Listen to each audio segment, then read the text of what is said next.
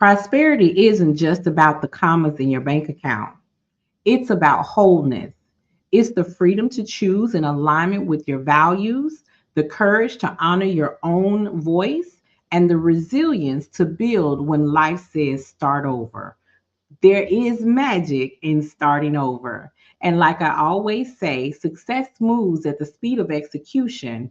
And sometimes that execution starts with building your own table instead of waiting for someone else's seat. Come on now. Yeah, listen, can we get into this? Here we go!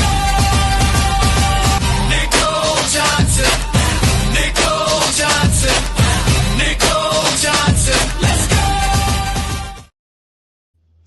I said what I said. I ain't gotta wait for your seat. I ain't gotta wait for your table. Come on now. Welcome to this edition of Prosperity Conversations. I am your host, the Nicole Johnson, founder of the Wealthy Women Lifestyle. And today's guest is a powerhouse of purpose and persistence. Ooh, y'all know how I get. Y'all know how I get. Kelly Morgan is the founder of Bright Headed Publishing. And her story is one every creative entrepreneur will feel deep in their soul. She stopped asking for permission. Maybe that is my Kendra sister. Come on, clock that T right there. But let's keep going. She built her own platform, burned out, rebuilt, and came back stronger. This time, choosing intention over urgency and longevity over hype. Oh, who felt that? Raise your hand. I see you. I see you. Kelly helps indie authors turn ideas into readers through her programs, The Author's Mic and BTA Fridays, breaking the algorithm because you know that algorithm ain't nobody's friend.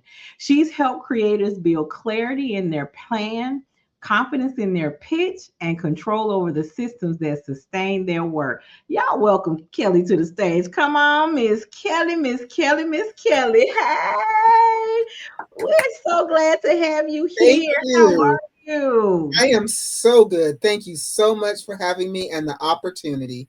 Absolutely, absolutely. It is your story, things like that, where we talk about wholeness and healing and moving forward, creating sustainability. And baby, this right here is my jam.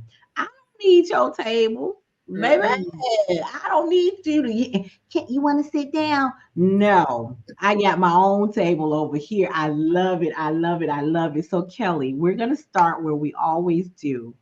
What does prosperity mean to you? Now, I wasn't trying to rap and rhyme, but baby, if it fit, it fit. Well, prosperity to me is more than just monetary. It's not money, right? Prosperity is that wholeness. It's the freedom to align with the things that you want to do. It's the resilience you have in your values. It's the relationships that you build. It's the meaningful work that you produce. It is when you are at your most authentic and creative self. When you actually say, you know what, I am good with me, regardless of how you may feel, I'm good with me. Me and me, we good. That to me is prosperity. And if you can walk in that every day, being good with who you are, the way you move, the things you do, the words that come out of your mouth, then yeah, that to me is prosperity. That is lovely because what I hear is a heightened awareness about oneself. Yes. And yes, that brings about prosperity and that brings about peace. Oh, I absolutely love that, Kelly. That is amazing. And what happened in your journey that helped you arrive where you are? Because everybody hears prosperity, they instantly think money. What helped you shift from the typical and standard definition to what you just said? I had always wanted to be a published author. It was like this nagging dream I had had for a very long time. And about maybe 10, 12 years ago, I found myself at a point where I just could have the time to write a book. So I wrote this book. And I wrote this book, and it was just a story I had in my head. And I thought, you know what? I didn't know anything about being an author. I just thought, you write this book, you publish it, you find a publisher, you publish it, and boom. A month later, you on book tour, you sign in, you rich, money comes in, you there. That's what I thought. That's not what happened at all. Right. As I started to pitch this book, I got a lot of no's, a lot of rejections, but I got this one yes. And it was this small indie publisher, but this dude gassed me up. He told me how I was the best thing since sliced bread. They helped me find a cover for the book. Allegedly, they found me a cover and just did all this work behind the scenes, just really had me all hyped up. And this went on for about 10 days. And then one day he hit me with it. He's like, well, Kelly, I've invested all this money. You're going to have book signings and book tours and whoop de whoop. But what are you going to invest? I need you to invest $700 and just buy the books. And I didn't know any better. So I did. And the minute that I ponied up the $700, he ghosted me. I never heard from this guy again. I never saw any books. And he had published my book on his platform. So he not only had my money, he had my book. So I Oh. was just, after I was devastated, I felt really dumb because I had told everybody I was going to be this great published author, right? I bragged to everybody. And when I realized I had been scammed, I felt really dumb. I shrank and I did a lot of crying in the closet because how could I admit this to anybody? Right. And so I didn't admit it to anybody. I just stopped talking about it. And if the book was selling, I would never know because it was on his platform. So whatever money was being made, I have no clue what was being made. Right. But one day after a lot of soul searching and crying and whatever, I thought, well, I'm going to find a literary attorney. And all these attorneys just basically laughed at me like, who are you? You're like nobody. You can't afford us. But this one attorney took pity on me and sent me a template and told me to send it to the publisher and to Amazon. And I did. And about 45 days later, I had the book. Mm. Amazon released the book back to me.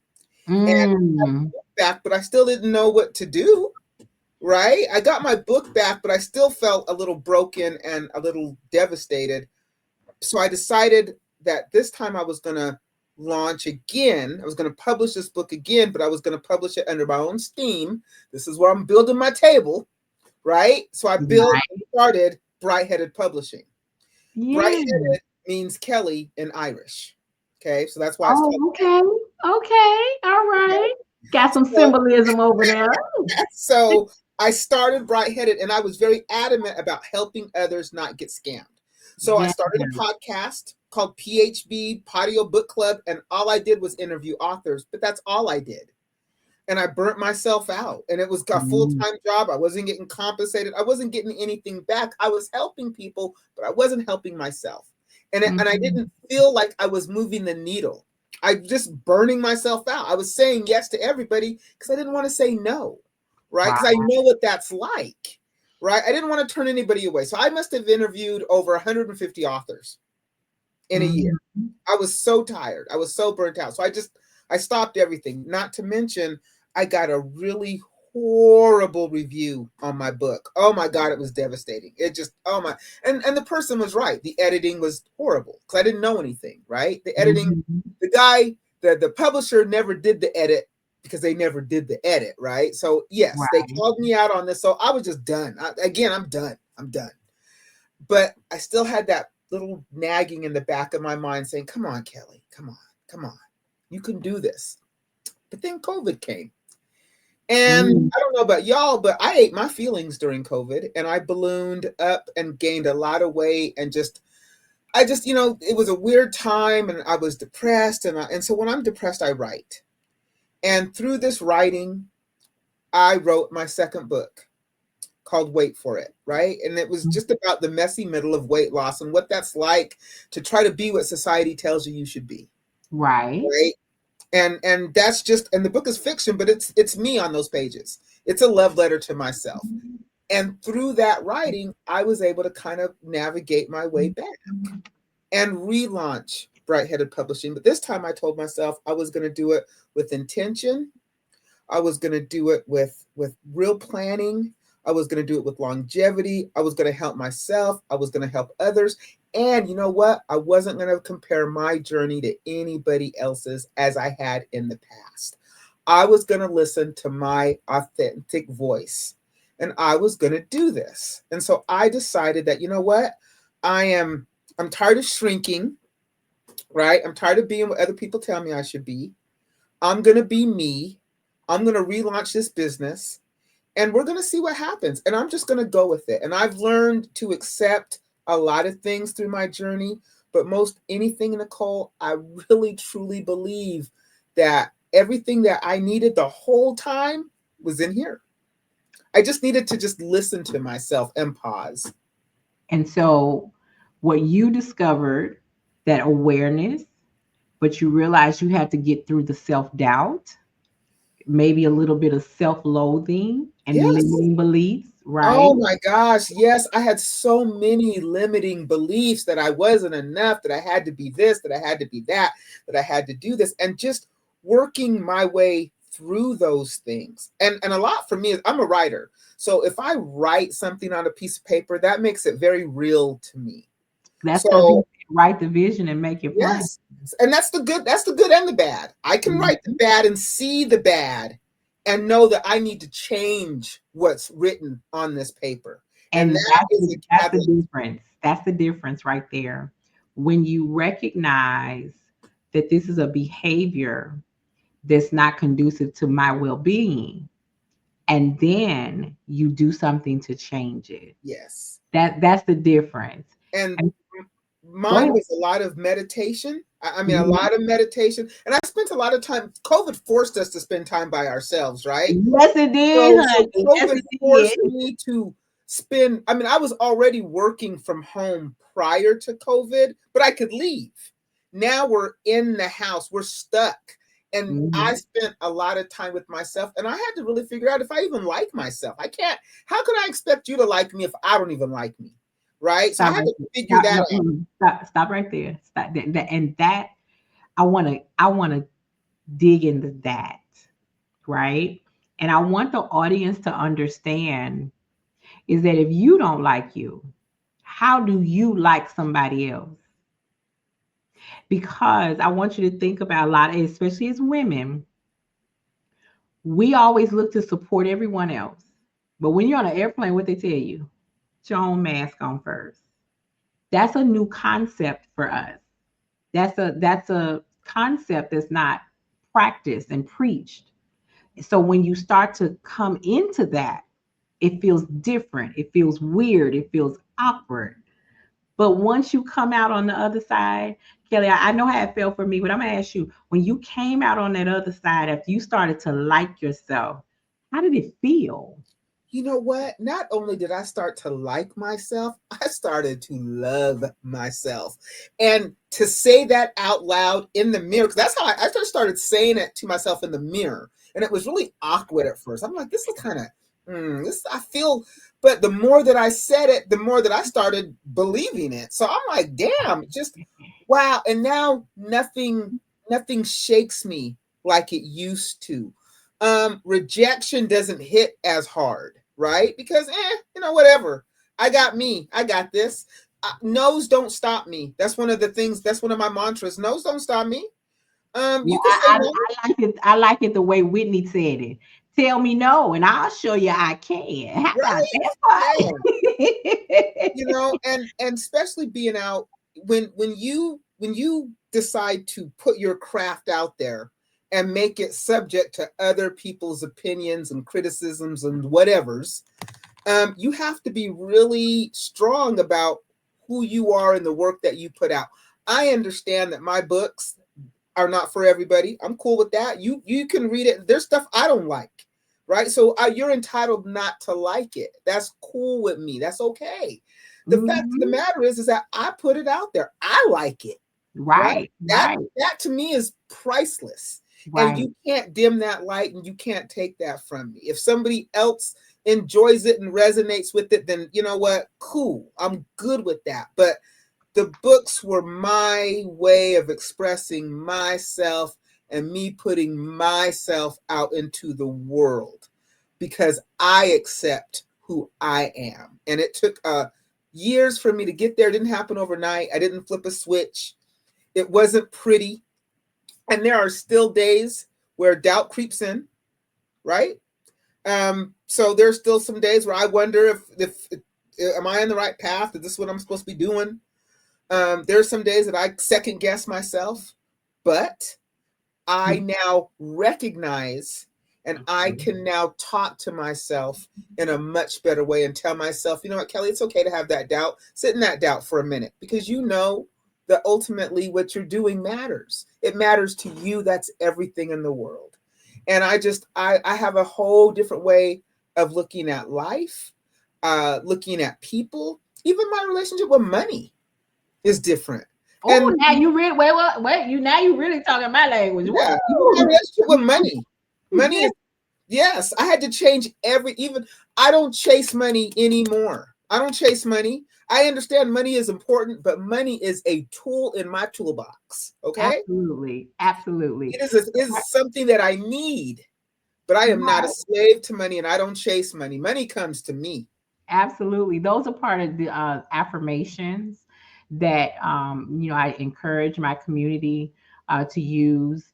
Um, but what I want to do now is know how does what do you do for Brighthead Publishing or your clients in Brighthead Publishing so that they don't have the same experience you did with that scam artist?